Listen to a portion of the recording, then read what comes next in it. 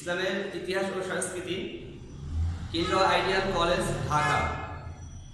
তো আমার প্রিয় একাদশ দ্বাদশ শ্রেণীর শিক্ষার্থীবৃন্দরা, আমার পক্ষ থেকে আন্তরিক অভিনন্দন এবং মোবারকবাদ।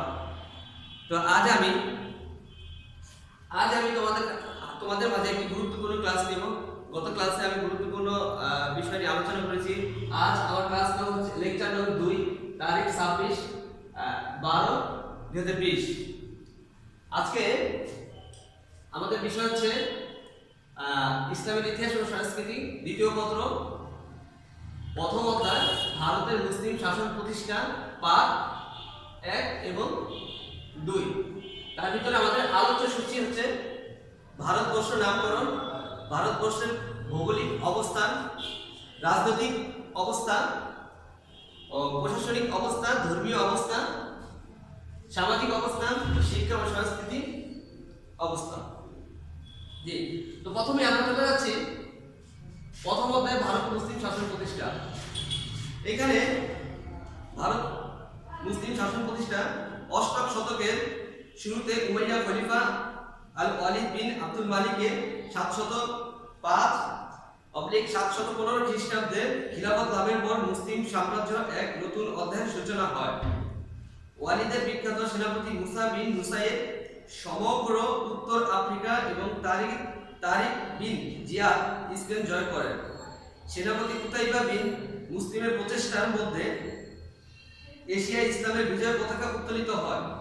প্রায় একই সময়ে পূর্বাঞ্চলীয় শাসনকর্তা হাজ্জাজ বিন ইউসুফের উৎসাহ ও প্রেরণা সেনাপতি মোহাম্মদ বিন কাসিমের নেতৃত্বে আরবরা ভারত সিন্ধু অভিযান চালায়।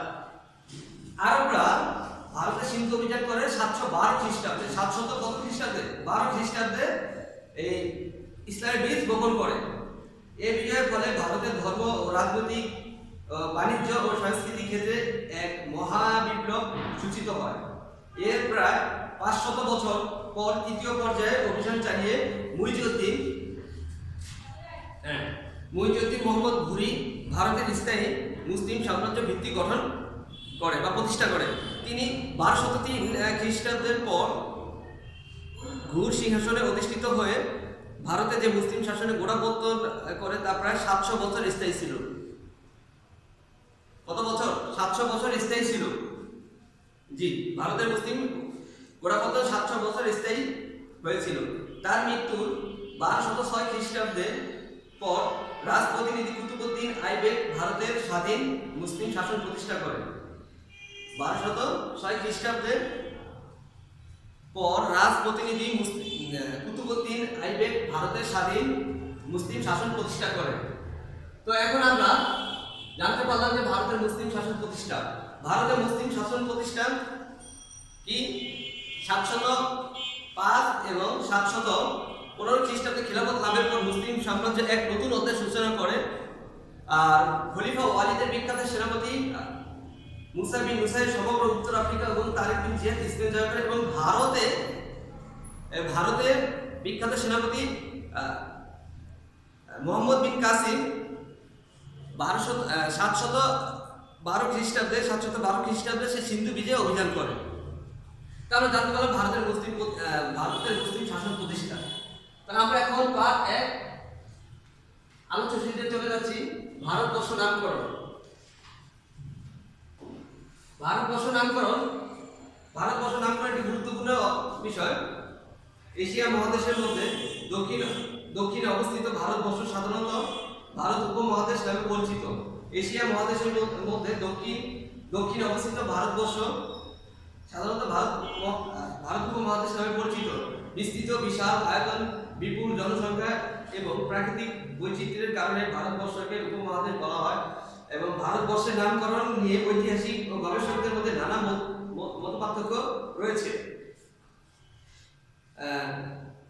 জনশ্রুতি অনুযায়ী পৌরাণিক যুগে ভারত নামে এই দেশে একজন হিন্দু রাজা ছিল।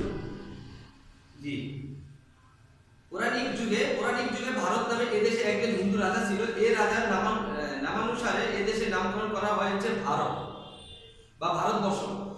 কোন সূত্র মতে প্রাচীন ফার্সি সাহিত্য সিন্ধু শব্দটি হিন্দ এবং সিন এই উভয় নামে উল্লেখ করা হয়েছে। কালক্রমে সমগ্র উপমহাদেশের জন্য এই হিন্দ নামটি প্রচলন হয়। অন্য একটি বর্ণনায় জানা যায় গ্রিকরা ভারত আক্রমণ করে এসে প্রথম সিন্ধু অঞ্চলের সাথে পরিচিত হয়। এই অঞ্চলকে ইন্ডাস নামে অভিহিত করে।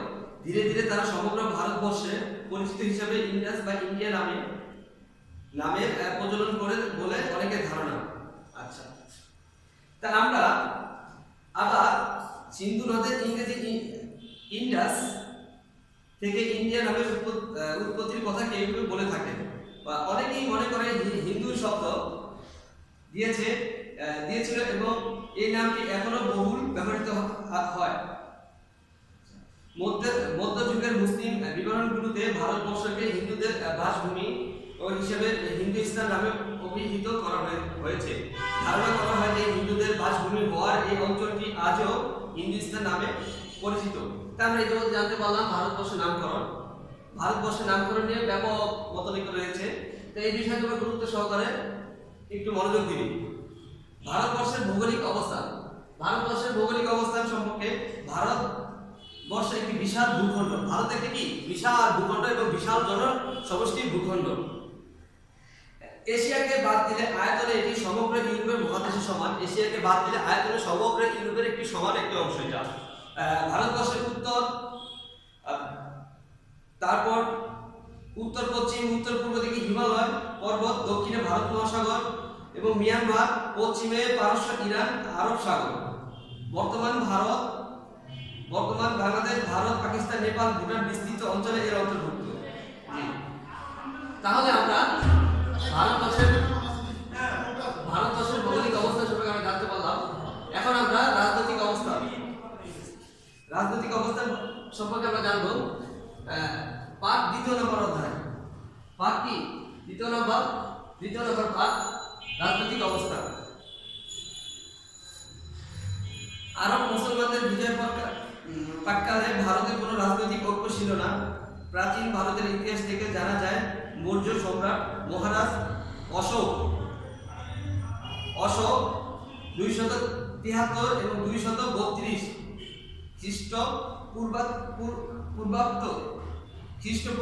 খ্রিস্টপূর্বে ভারতের রাজনৈতিক ঐক্য প্রতিষ্ঠা করতে সক্ষম হয়েছিল, কিন্তু 232 খ্রিস্টপূর্বে তার মৃত্যুর পর ভারতের রাজনৈতিক ঐক্য দুর্বল হয়ে পড়ে। কোন হিন্দু রাজা বা রাজনৈতিক নেতা এমনকি সমুদ্রগুপ্ত সম্ভবত 381 খ্রিস্টপূর্বে এর চন্দ্রগুপ্ত 381 এবং 410 সম্রাট হর্ষবর্ধন হচ্ছে 606/647 খ্রিস্টাব্দ উত্তর পশ্চিম ভারতে একটি বিশাল সাম্রাজ্য প্রতিষ্ঠা করে। আর ভারতবর্ষে অনেকগুলো ক্ষুদ্র ক্ষুদ্র স্বাধীন রাজ্য উদ্ভব হয়। এগুলোর মধ্যে ছিল আফগানিস্তান, কাশ্মীর, কনৌজ, দিল্লি, আজমির, সিন্ধু, মালব, গুজরাট, নেপাল, আসাম, বাংলা ইত্যাদি ইত্যাদি। তো ফলে আরব মুসলমানরা যখন সিন্ধু বিজয় অগ্রসর হয় তখন তাদের বিরুদ্ধে ভারতীয় একটি সংঘবদ্ধ শক্তি হিসেবে দাঁড়াতে ব্যর্থ হয়। এই হচ্ছে রাজনৈতিক অবস্থা। তারপর প্রশাসনিক অবস্থা হচ্ছে আরব বিজয়ের প্রাক্কালে ভারতের প্রশাসনিক ব্যবস্থা রাজতন্ত্র জনপ্রিয়তা লাভ করে। এই সময় প্রাচীন বৌদ্ধ যুগে প্রজাতান্ত্রিক ব্যবস্থার বিলুপ্তি ঘটে এবং বংশানুক্রমিক রাজা নিযুক্তির কথা চালু হয়। জি, আবার কোথাও কোথাও সিংহাসনে নারী অধিকার স্বীকার করে নেওয়ার প্রমাণ পাওয়া যায়। প্রশাসনিক অবস্থার ক্ষেত্রে রাজতান্ত্রিক ব্যবস্থার রাজা সর্বময় ক্ষমতার অধিকারী ছিলেন। ঈশ্বরের প্রভৃত হিসেবে রাজা আইন প্রণয়ন ও শাসন কাজ পরিচালনা, ন্যায় বিচার প্রতিষ্ঠা এবং প্রধান সেনাপতির দায়িত্ব পালন করেন। রাজকার্য পরিচালনার মন্ত্রী এবং সচিব নামক দুই শ্রেণীর মন্ত্রী রাজাকে সহায়তা করেন। আচ্ছা, তো মোটামুটি আমরা আবার আরেকটু বলতে পারি, শাসনকর্তার প্রাদেশিক শাসন কাজ পরিচালনা করতে উত্তর ভারতের প্রদেশকে ভুক্তি এবং দক্ষিণ ভারত মন্ডল বলা হতো। প্রদেশগুলো কোথাও কোথাও রাষ্ট্র এবং দেশা নামে পরিচিত ছিল। বিষয় বা জেলার প্রধান কর্মকর্তার পদবি ছিল বিষয়পতি। শাসন ব্যবস্থার সর্বনিম্ন স্তর ছিল গ্রাম ভিত্তিক তারা রাজনৈতিক প্রশাসনিক অবস্থান তারা করতেন। আচ্ছা, এখন আমরা সামাজিক অবস্থা সম্পর্কে আমরা আলোচনা করব। সামাজিক অবস্থাটা কি? সমসাময়িক বিভিন্ন দলিল, দস্তাবেজ, শিলালিপি, চীনা এবং আরব পর্যটকদের বিবরণ থেকে আরব বিজয়ের প্রাক্কালে ভারতের সমাজ জীবন সম্পর্কে ধারণা লাভ করা যায়। প্রাপ্ত তথ্য মতে তখন ভারতের সামাজিক অবস্থা সন্তোষজনক ছিল না। নানা কুসংস্কার, অমানবিক প্রথায় সমাজ জর্জরিত ছিল। সমাজে আর্থ-সামাজিক বৈষম্য ছিল প্রকট। সংখ্যাগরিষ্ঠ মানুষের ধর্ম ছিল হিন্দু। তো সামাজিক এখানে সামাজিক অবস্থা তৎকালীন ভারত উপমহাদেশে 4টি গোত্র ছিল, 4টি বর্ণের বিভক্তি ছিল। 4টি বর্ণের মধ্যে সমাজে ব্রাহ্মণ ও ক্ষত্রিয়দের প্রভাব ছিল সবচেয়ে বেশি। তারা অন্যদের থেকে বেশি সুবিধা ভোগ করত। এই সময় ক্ষত্রিয়তা যুদ্ধ বিগ্রহ এবং শাসন দণ্ড পরিচালনা করত। তাই সামাজিক অবস্থান সম্পর্কে আমরা কিছুটা থিংস দিলাম। যেমন ধর্মীয় অবস্থান, প্রাক মুসলিম ভারতের প্রধানত হিন্দু, বৌদ্ধ, জৈন 3টি ধর্ম প্রচলিত ছিল। প্রকৃতপক্ষে মুসলিম বিজয়ের পূর্বে হিন্দু ধর্মই ছিল ভারতের প্রধান ধর্ম। তৎকালীন ভারতের ধর্মীয় অবস্থার ভিতরে হিন্দু ধর্মটাই ছিল কি তৎকালীন প্রধান একটি ধর্ম। যখন 712 খ্রিস্টাব্দে ভারতে যখন সিন্ধু বিজয় লাভ হয়, বিখ্যাত সেনাপতি মোহাম্মদ বিন কাসিম তার নেতৃত্বে যখন ভারত সিন্ধু অভিযান সফল ভূমিকা পালন করে, তখন ভারতের মুসলমানদের বিস্তার ব্যাপকভাবে ঘটে পড়ে এবং আরো সবচেয়ে মূল্যবান বিষয় হচ্ছে ভারতে ইসলাম প্রতিষ্ঠার গোড়াপত্তন শুরু হয় সেখান থেকে। তাই ধর্মীয় অবস্থা সম্পর্কে আমরা জানতে পারলাম। তৎকালীন ধর্মীয় অবস্থা জানলাম, যেটা আমরা হিন্দুদের আদি বিস্তার এবং হিন্দুদের ক্ষমতাটা ছিল বেশি। তাই ভারতে মুসলিম শাসন প্রতিষ্ঠা হওয়ার পর আস্তে আস্তে হিন্দু শাসনের ক্ষমতা তৎকালীন সময় খুবই কম ছিল। তারপর এক পর্যায়ে ভারতের শাসন ব্যবস্থা মুসলিমদের হাতে চলে আসে। আচ্ছা, তারপর আমরা জানতে পারলাম শিক্ষা ও সংস্কৃতি। প্রাক মুসলিম ভারতবর্ষে শিক্ষা, দীক্ষা ও কৃষ্টি ও সভ্যতার যথেষ্ট উৎকর্ষ সাধিত হয়। প্রাচীন ভারতের গণিত, জ্যোতির্বিদ্যা, চিকিৎসা বিজ্ঞান, দর্শন, বিভিন্ন মানবিক শাখা জ্ঞানের উচ্চ শিখরে পৌঁছে ভারতীয় গণিতের শূন্য ও দশমিক ব্যবস্থা প্রচলন করে বৌদ্ধ ও হিন্দু শাসনাধীনের দেশের সর্বত্র শিক্ষার বিস্তার ঘটে। মঠ, টোল, পাঠশালা, কলেজ এবং কোথাও কোথাও বিশ্ববিদ্যালয় পর্যন্ত প্রতিষ্ঠিত হয়েছে। পশ্চিমে ভারত, পল্লবী এবং বিহারের নালন্দা বিশ্ববিদ্যালয় ছাড়া বিক্রমশিলা এবং বারাণসীতে উচ্চশিক্ষার সুব্যবস্থা ছিল। বর্তমান পাকিস্তানে অবস্থিত তক্ষশিলায় বিশ্বের প্রাচীনতম বিশ্ববিদ্যালয়গুলোর একটি প্রতিষ্ঠিত হয়। সেখানে বিদেশ থেকে শিক্ষার্থী আসতো। মালব ও আজমিরে সংস্কৃত কলেজ স্থাপিত হয়েছে। এসব প্রতিষ্ঠানে ধর্মশাস্ত্র, বেদান্ত ছাড়া দর্শন বিজ্ঞান, জ্যোতির্বিদ্যা, ভূগোলবিদ্যা, রসায়নবিদ্যা, গণিতবিদ্যা এবং নানা ধরনের শিক্ষা ও সংস্কৃতি ভারতে তৈরি হয়েছে।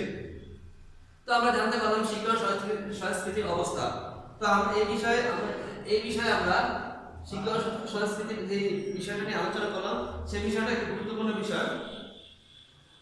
যখন ভারতে মুসলিম শাসন প্রতিষ্ঠা হয়, তখন বিভিন্ন জায়গায় মুসলিম বিশ্ববিদ্যালয় এবং মাদ্রাসা, মসজিদ তৈরি হয়ে যায়। তখন বিভিন্ন জায়গায় জায়গায় কোরআন এবং হাদিসের বাণী প্রচার করা শুরু হয়। তো আজ আমরা যে এতক্ষণ যে ক্লাসটা, যে গুরুত্বপূর্ণ বিষয়টা, এটা তোমরা এই ক্লাসটা তোমরা মনোযোগ সহকারে শুনবা এবং দেখবা। তো আজ আমরা এই পর্যন্তই আজকে আমরা শেষ করব। তো আশা করি তোমরা সকলেই সঠিকভাবে দেখবে এবং বাসায় যথাযথভাবে অধ্যয়ন করবা। জি, আর পরবর্তী ক্লাসের জন্য তোমরা সবাই অপেক্ষা করবা। আর এই পর্যন্তই সমাপ্ত। সবাই ভালো থাকবা, সুস্থ থাকবা, জি, সুরক্ষিত থাকবা। আসসালামু আলাইকুম ওয়া রাহমাতুল্লাহি ওয়া বারাকাতুহু।